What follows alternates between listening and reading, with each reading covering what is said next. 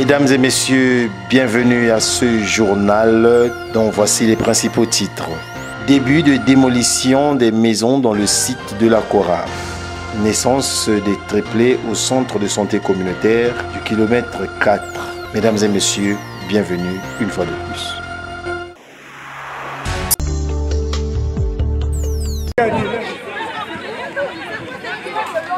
C'est un déguerpissement qui annonce ses couleurs à travers cette opération de démolition des maisons des habitants ayant illégalement occupé la majeure partie des terres affectées à la Coraf depuis 1971 par l'État congolais.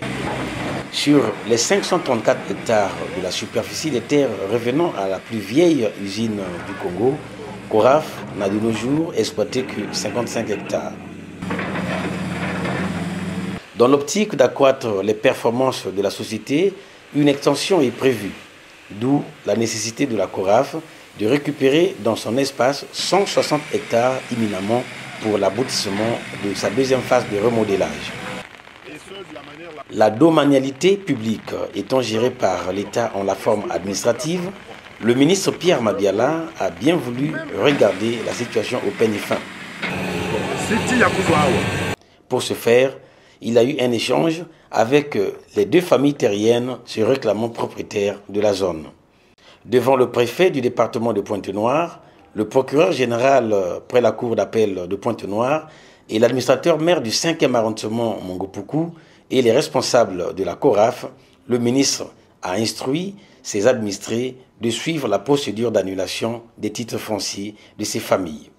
Le ministre Pierre Mabiala sur le pourquoi de ces démolitions. Qu'il s'agit d'une occupation anarchique, eh bien nous devons récupérer tout ce qui a été occupé anarchiquement.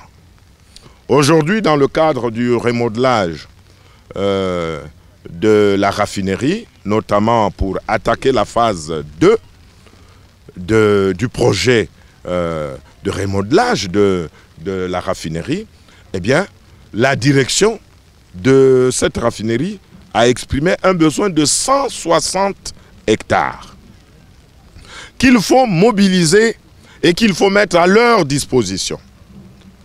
Et vous voyez que les 160 hectares, c'est bien ici. Il y a là des occupants anarchiques qui se sont permis de venir s'installer ici.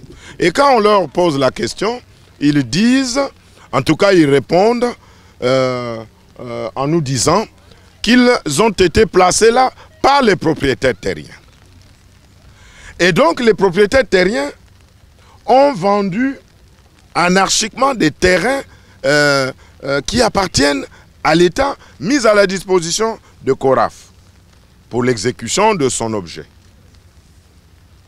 Et vous voyez bien que de l'autre côté là-bas, c'est l'océan, c'est la mer. Et Coraf a bien besoin de tout ce corridor-là pour réaliser son projet de développement industriel. Alors, devant une telle situation, l'État, qui est une puissance publique, ne peut pas rester inerte. Nous sommes donc venus ici pour prévenir les populations, leur dire que bon, vous avez construit là des cabanes, parce que s'ils étaient sûrs de leur propriété, ce serait déjà des maisons construites en matériaux durables. Or là, vous voyez, c'est des cabanes en planches, et puis voilà. Et même si c'est en matériaux durables, mais c'est juste des pigeonnières. Et à ce moment-là, l'État va passer à la vitesse de croisière, c'est-à-dire le déguerpissement. Nous venons de lancer l'opération aujourd'hui. Et là où il y a quelques habitations, les populations sont prévenues. Il y aura toute une procédure de sensibilisation avant donc de venir ouvrir toute la zone pour récupérer les 160 hectares. Combien il est rentré par là? Un délai de 2 semaines a été donné à la population pour vider les lieux.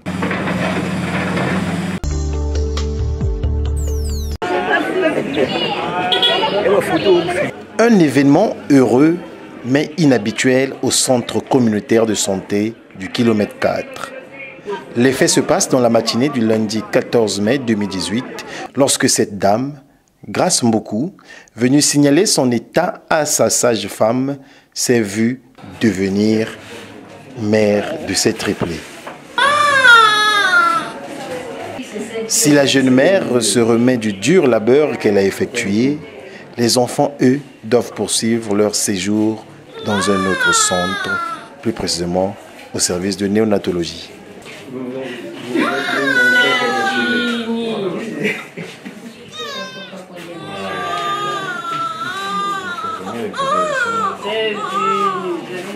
Connaissant la difficile situation financière des parents, le chef du centre de santé en appelle aux bonnes volontés, mais surtout précise le statut de son établissement. C'est une première fois ici, ce genre de scénario. Normalement, nous faisons que les CPN et les accouchements sont pris des cas échéants, mais déjà programmés avec une échographie qui nous rassure que l'accouchement peut se faire par voie basse et que sans difficulté quelconque. Et donc, quand il s'agit d'une grossesse à risque, c'est des parturientes qui sont déjà référées en avant, disant que cet accouchement ne peut pas se passer dans ce centre. Cependant, cette dame n'avait pas pratiquement fait l'échographie, par faute de moyens. Elle venait de déclarer que son mari est en déplacement. Et on a eu pratiquement beaucoup de difficultés pour cette prise en charge. Cet accouchement-là nous a causé un peu de difficultés. Mais nous informons que ce centre n'est pas pour ce genre d'accouchement. C'est un centre qui est juste fait pour des accouchements simples et toxiques et non des dystocies comme ceux-ci. En attendant, la mère et ses 3 enfants ont suscité le temps d'une matinée l'admiration et la curiosité du personnel et autres malades présents sur les lieux.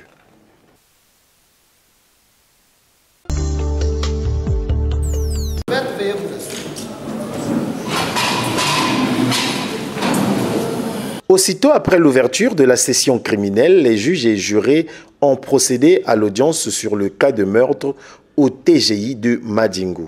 Procès du ministère public et ayant droit de Ngembo Olombi Mignon, 15 ans, représenté par son père Ngembo Antoine, contre l'accusé Mba Ferdinand, agent de police classe 2006.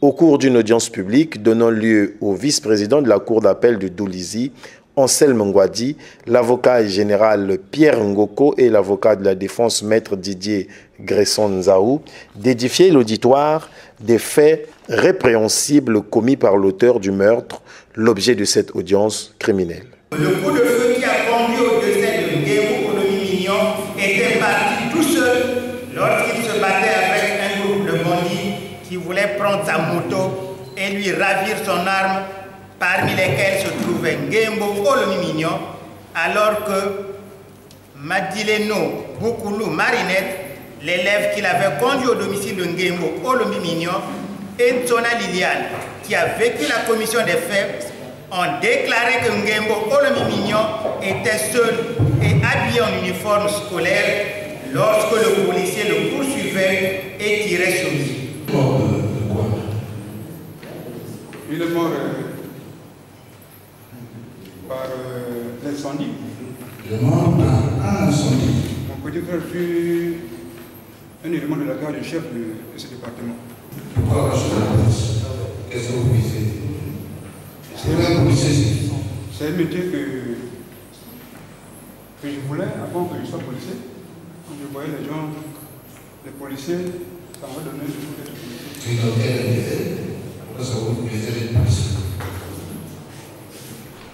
Je suis rentré à la police pour servir l'État, pour que je sois cadre. Bon, ceux qui parlent pas doivent intention à engager pas. On doit aussi m'écouter. Canon y a ceux qui attendent mon taillé n'a pas engagé pas ceux qui attirent les gars de politique.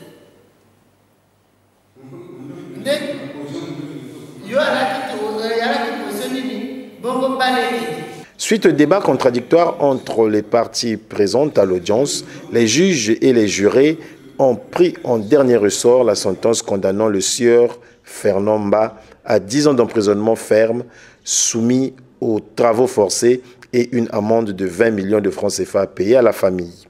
Un verdict à la hauteur des attentes de la partie civile qui a vu le père de la victime succomber en sanglots dans la salle d'audience soutenue par la force de sécurité. Un procès ayant laissé l'auditoire des justiciables sur leur soif, mais satisfait de l'impraticabilité des autorités judiciaires de la cour d'appel de Doulizi, transférée à Madingu, devant une session criminelle qui suit son cours normal avec 14 affaires enrôlées pour la circonstance. Est-ce que vous reconnaissez que yo Salaki Yamou? Le Bas-Kwilu, une bourgade située à 30 km de Pointe-Noire dans le département du Kwilu, reste un cadre touristique dominé par la présence de l'embouchure du fleuve Kwilu se jetant dans l'océan Atlantique, surplombé par le premier long pont du Congo. Inauguré par le président Denis Sassou Nguesso pendant l'exécution du plan quinquennal de 1982, restitue le cadre pittoresque de cette cité rurale. Cette cité prend l'allure d'un village de pêcheurs et d'artisans vivant de ressources halieutiques, gage d'une audience particulière que lui donnent ses nombreux visiteurs. D'une vue panoramique, cette cité de brassage d'artisans et de pêcheurs envoûte plus d'un touriste. Par son emplacement aux abords du fleuve Kwilu, où accostent les baleinières en partance à Kakamweka et la route nationale numéro 5. Une beauté rurale aux atouts diversifiés suscitant une concentration humaine remarquable à la quête des activités socio-économiques d'autosubsistance.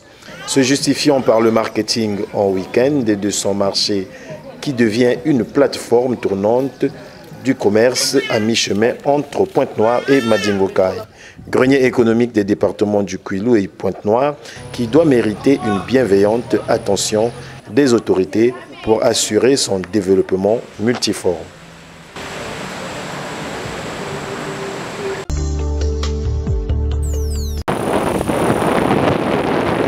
À l'actif des prestations des activités informelles dans la sous-préfecture de Tchambanzassi, l'on constate l'effort du transport en commun que fournissent les taxis-motos Jakarta pour satisfaire les attentes des populations selon les axes programmés. Ils sont sur toutes les routes à la quête des usagers allant à Tiptondi, Kayo, Futan, Zeno, Côte-Matev, Ngoyo et Pointe-Noire, avec la seule conviction de créer des activités vitales de second rang capables de les occuper et de les prendre en charge face à la crise économique et surtout depuis la mort de l'État-providence au Congo. Des groupements de jeunes voulant prendre à bras le corps leur destin vacillant par l'oisivité endémique, visibles avec leur taxi-moto au siège de rassemblement du marché Tchambanzassi, sans structure viable, travaillent tous en prestataires indépendants. La caméra de notre rédaction a focalisé sa curiosité sur ce jeune conducteur qui ne cache pas les atouts de ce métier.